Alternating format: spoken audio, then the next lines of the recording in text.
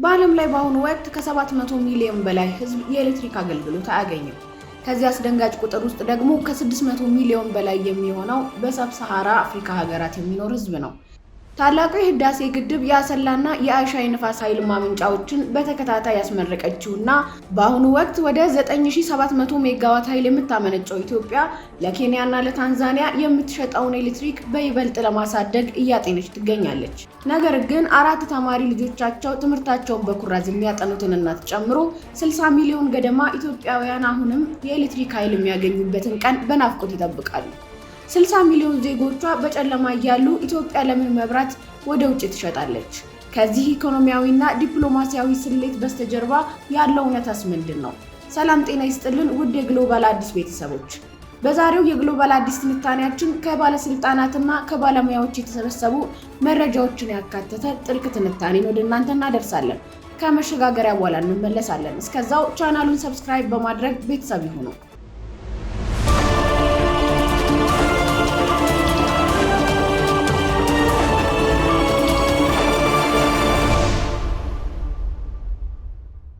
በጌዲዮ ዞን ፍስሐ ገነት ከተባለች ከተማ አጠገብ በምትገኝ ሰላም ሸለቆ መንደር የሚኖሩት ወይዘሮ ወርቅነሽ ንጉሴ ምግብ የሚያበስሉት ከገበያ በሚሸምቱት እንጨት ነው። ከዚህ ቀደም የሚጠቀሙበት ከሰል አሁን በጣም ተወዷል፣ ዋጋው ጨምሯል። የአስም በሽተኛ ነኝ የሚሉት ወይዘሮ ወርቅነሽ ምግብ ሲያበስሉ የሚወጣው ጭስ ህመማቸውን እንዳባባሰባቸው ይሰጋሉ። የኤሌክትሪክ መስመር ለመንደራቸው ባለመዘርጋቱ 4 ተማሪ ልጆቻቸው የሚያጠኑትን በኩራዝ ነው። መብራት ባለመኖሩ በተማሪ ውጤት ላይ ችግር አምጥቷል። መብራት ከሌለ ተማሪ ማታ በምን ያጥና? ያ ራሱ አንድ ችግር ነው ሲሉ ለዶቼ ቬለ ተናግረዋል። ወይዘሮ ወርቅነሽ መንግስት ይህንን ችግር አይቶ መፍትሄ እንዲሰጣቸው ይፈልጋሉ። በዓለም ባንክ የጥር 2017 መረጃ መሰረት 60 ሚሊዮን ገደማ ኢትዮጵያውያን እንደ ወርቅነሽ ሁሉ የኤሌክትሪክ አገልግሎት አያገኙም። 100 ዓመት ተጉዘን ከአጠቃላይ ህዝባችን ውስጥ ኤሌክትሪክ ተደራሽ ማድረግ የተቻለው 44 በመቶ ነው። ግማሽ ያህል የህብረተሰብ ክፍላችን ኤሌክትሪክ አያገኝም ነበር የሚሉት የኢትዮጵያ ኤሌክትሪክ ኃይል ኮሚኒኬሽን ዳይሬክተር አቶ ሞገስ መኮንን ግን መሻሻሎች እንዳሉ ይሞግታሉ። አቶ ሞገስ እንደሚሉት የኢትዮጵያ መንግስት ባለፉት 7 ዓመታት ባከናወናቸው ስራዎች ኤሌክትሪክ ተደራሽነት በኢትዮጵያ 54 በመቶ ደርሷል። በ233 ቢሊዮን ብር የተገነባው ታላቁ የህዳሴ ግድብን ጨምሮ ሀገሪቱ በአሁኑ ወቅት የምታመነጨው ኃይል 9700 ሜጋዋት አካባቢ መድረሱን አቶ ሞገስ ገልጸዋል። በቤንሻንጉል ጉሙዝ ክልል ከሱዳን ድንበር አቅራቢያ የሚገኘው የህዳሴ ግድብ በተለይም ወርቅነሽን የመሰሉ ኢትዮጵያውያን የኤሌክትሪክ አገልግሎት ጥያቄያቸውን እንደሚፈታ ላቅ ያለ ተስፋ ነበራቸው። ከግንባታው ወጪ 9 በመቶን የሚሸፍኑ ዜጎች ገንዘብ እንዲያዋጡ መንግስት ሲያነሳሳ የኤሌክትሪክ አቅርቦትን ማስፋፋት፣ የስራ ዕድል መፍጠርና ግብርና ላይ ተጣብቆ ለረጅም ዘመናት የዘለቀውን ኢኮኖሚ ወደ ኢንዱስትሪ ማሸጋገር ዋነኛው መቀስቀሻ ነበር።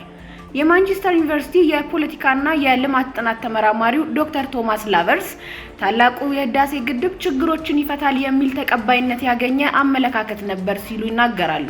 በእርግጥ ግድቡ ኤሌክትሪክ የማመንጨት አቅምን በከፍተኛ መጠን አሳድጓል። በአሁኑ ወቅት በኢትዮጵያ ውስጥ ያለውን የኤሌክትሪክ አቅርቦት ማስፋፋትን ተከትሎ የሚመጣን ከፍተኛ ፍላጎት ለማሟላት የሚያስችል በቂ የማመንጨት አቅም አለ የሚሉት ዶክተር ቶማስ ተደራሽነትን ለማስፋፋት ግን ሌሎች ብዙ ነገሮችም ያስፈልጋሉ የሚል አቋም አላቸው። ለታላቁ የህዳሴ ግድብ ግንባታና ለተወሰኑ የኃይል ማስተላለፊያዎች ዝርጋታ የዋለውን የካፒታል ወጪ ኤሌክትሪክ ለጎረቤት ሀገራት በመሸጥ የማካካስ ፍላጎት መንግስት ነበረው።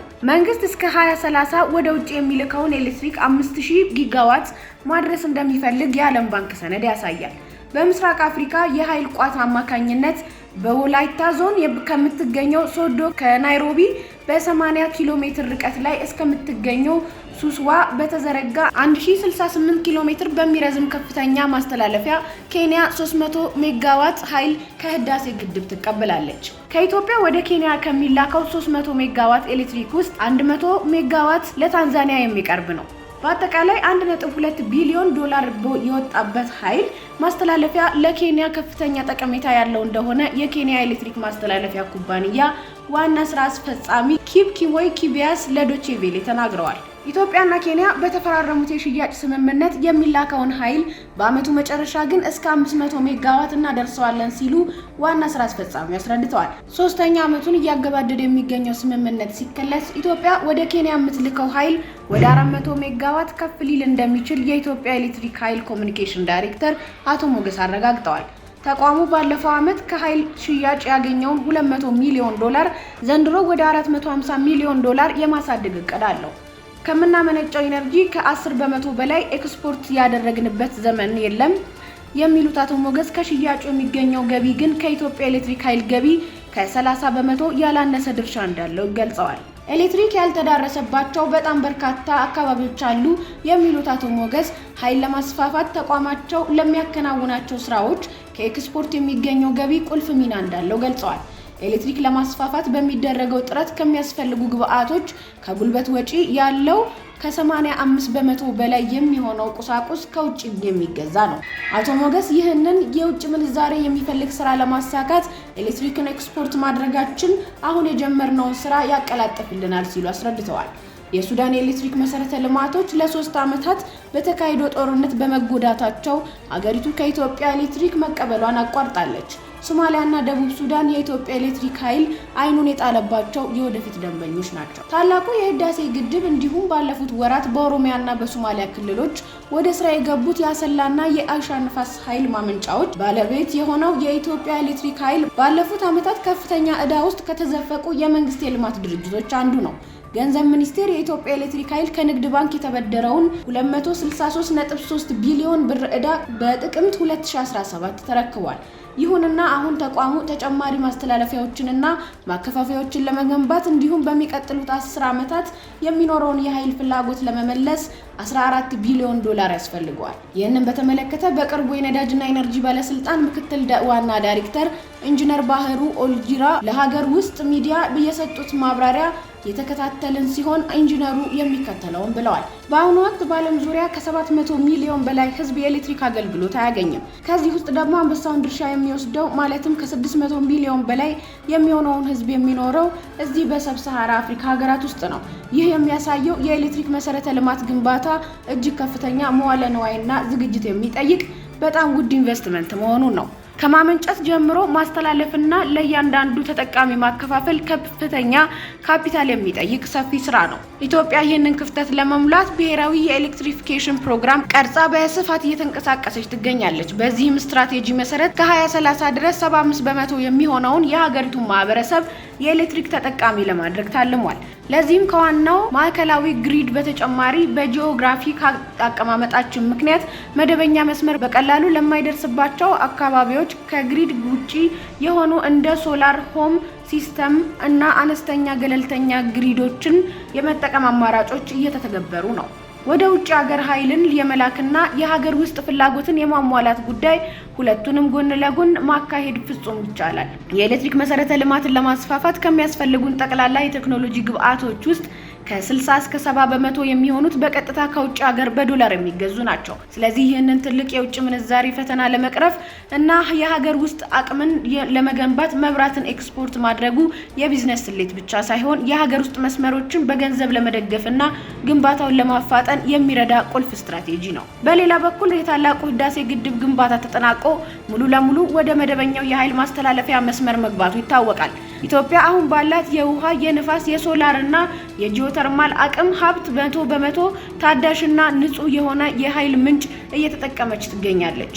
ይህ ደግሞ ለሀገር ውስጥ አቅርቦት ዋስትና ከመሆኑም በላይ ኢትዮጵያ የምስራቅ አፍሪካ የታዳሽ ኃይል ማዕከልና ቀጠናዊ ትስስር ፈጣሪ እንድትሆን ትልቅ የዲፕሎማሲና የኢኮኖሚ አቅም ፈጥሮላታል። የኢትዮጵያ የፖለቲካ ኢኮኖሚና የመሰረተ ልማት ግንባታዎች በጥልቀት ያጠኑት ዶክተር ቶማስ ላቨርስ እንደሚሉት ኢትዮጵያ እስካሁን ወደ ጅቡቲ፣ ኬንያ፣ ሱዳንና ታንዛኒያ የላከችው ኤሌክትሪክ በአንጻራዊነት መጠነኛና መንግስት በዚህ ምዕራፍ ከተመኘው በጣም ያነሰ ነው። የኢትዮጵያ መንግስት ሀሳብ ከፍተኛ ኤሌክትሪክ በመሸጥ በሚገኘው ከፍተኛ የውጭ ምንዛሪ አዳዲስ መሰረተ ልማት ግንባታ ማካሄድ ይቻላል የሚል ነበር። የኤሌክትሪክ ፍጆታ ዝቅተኛ በሆነባቸው ምዕራባዊ የሀገሪቱ ክፍሎች በተገነቡ ግድቦች የሚመነጨውን ኃይል ከፍተኛ ፍላጎት ወዳለባቸው አካባቢዎች የሚያደርሱ ማስተላለፊያዎችን የመገንባቱን የቤት ስራ ከፍተኛ ወጪ የሚጠይቅ ነው። ሌላው ትልቅና ውስብስብ ፈተና በ2030 አጠቃላይ ኤሌክትሪክ ተደራሽነትን 75 በመቶ ለማድረስ የተያዘው እቅድ ነው። መንግስት በሚቀጥሉት 4 ዓመታት ውስጥ አገሪቱ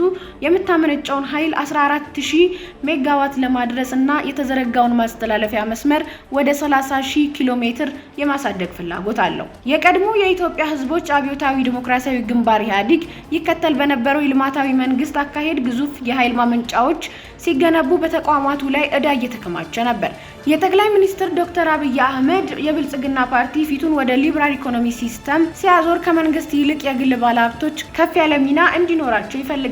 የአሁኑ መንግስት ስልጣን ከያዘ ወዲህ በገዢው ፓርቲ የርዕዮተ ዓለም ለውጥና በውጭ ተቋማት በተለይም በዓለም ባንክ ጫና ዘርፉ ለሌሎች ተቋማት እንዲከፈትና ወደ ግል እንዲዘዋወር የተደረገ ለውጥ መኖሩ ላቨርስ ታዝበዋል። የተደረገው መሰረታዊ የፖሊሲ ለውጥ ለኃይል ማመንጫዎች ማስተላለፊያና ማከፋፈያዎች ለመገንባት የሚያስፈልገውን መዋለ ንዋይ ከግሉ ዘርፍ ይገኛል የሚል እምነት በባለስልጣናቱ ዘንድ አሳድሯል። ግሪድ ወርክስ የተባለ የብሪታንያ ኩባንያ ለምሳሌ በቅርቡ ከሁርሶ እስከ አይሻ እንዲሁም ከደገሃቡር እስከ ቀብሪ ዳሃር 2 የኃይል ማስተላለፊያዎች በ400 ሚሊዮን ዶላር ለመዘርጋት ስምምነት ተፈራርሟል። ባለፉት ዓመታት ኢትዮጵያ የገባችበት የግጭት አዙሪት ግን መሰል የግል ኩባንያዎችን የሚያሸሽ ነው። ከዚህ በተጨማሪ በገጠራማ የሀገሪቱ ክፍሎች የሚኖሩ ዜጎች የኤሌክትሪክ ፍጆታ በአንጻራዊነት ዝቅተኛ በመሆኑ ትርፍ ከሚፈልጉ የግል ባለሀብቶች ፍላጎት ላይጣጣም ይችላል። ዶክተር ቶማስ ላቨርስ በትልቅ የካፒታል ወጪ የኃይል ማስተላለፊያን ለማስፋፋትና የኤሌክትሪክ አገልግሎት ለሰዎች ለማቅረብ ባለሀብቶች ከፍተኛ ክፍያ ይፈልጋሉ። ለእንደነዚህ አይነት መዋለ ንዋይ ትልልቅ ደንበኞች ያስፈልጋቸዋል ሲሉ ተናግረዋል። በዚህ ረገድ ዓለም ባንክና ሌሎች ለጋሽ ተቋማት ማስተማመኛ በመስጠት የገንዘብ ድጋፍና ድጎማ የሚደረግለት ብድር በማቅረብ አስተዋጽኦ ሊያበረክቱ ይችላሉ። ኢትዮጵያ የምስራቅ አፍሪካ ተደራሽ ኃይል ማዕከል ለመሆን የምታደርገው ጉዞ በውጭ ምንዛሪ ግኝት በኩል ጠቃሚ ቢሆንም የሀገር ውስጥ ዜጎች አሁንም በጨለማ መኖራቸው ትልቅ ጥያቄ ሆኖ ቀጥሏል። ውድ ቻናላችን ቤተሰቦች እናንተስ በዚህ ጉዳይ ላይ ምን ታስባላችሁ? መንግስት የሀገር ውስጥ ተደራሽነትን ሙሉ ለሙሉ ሳያረጋግጥ መብራትን ለጎረቤት ሀገራት መሸጡ በኢኮኖሚ ስሌት ተገቢ ነው ወይስ ቅድሚያ ለሀገር ውስጥ ህዝብ መስጠት ነበረበት? ያላችሁን ሀሳብ በኮሜንት መስጫው ላይ አስፍሩልን። ለዛሬ አዘጋጀንላችሁ የግሎባል አዲስ ትንታኔያችን ይህንን ይመስል ነበር። ስለተከታተላችሁን ምስጋናችን ከልብ ነው። ሰላም ለኢትዮጵያ። ቸር ሰንብቱልን።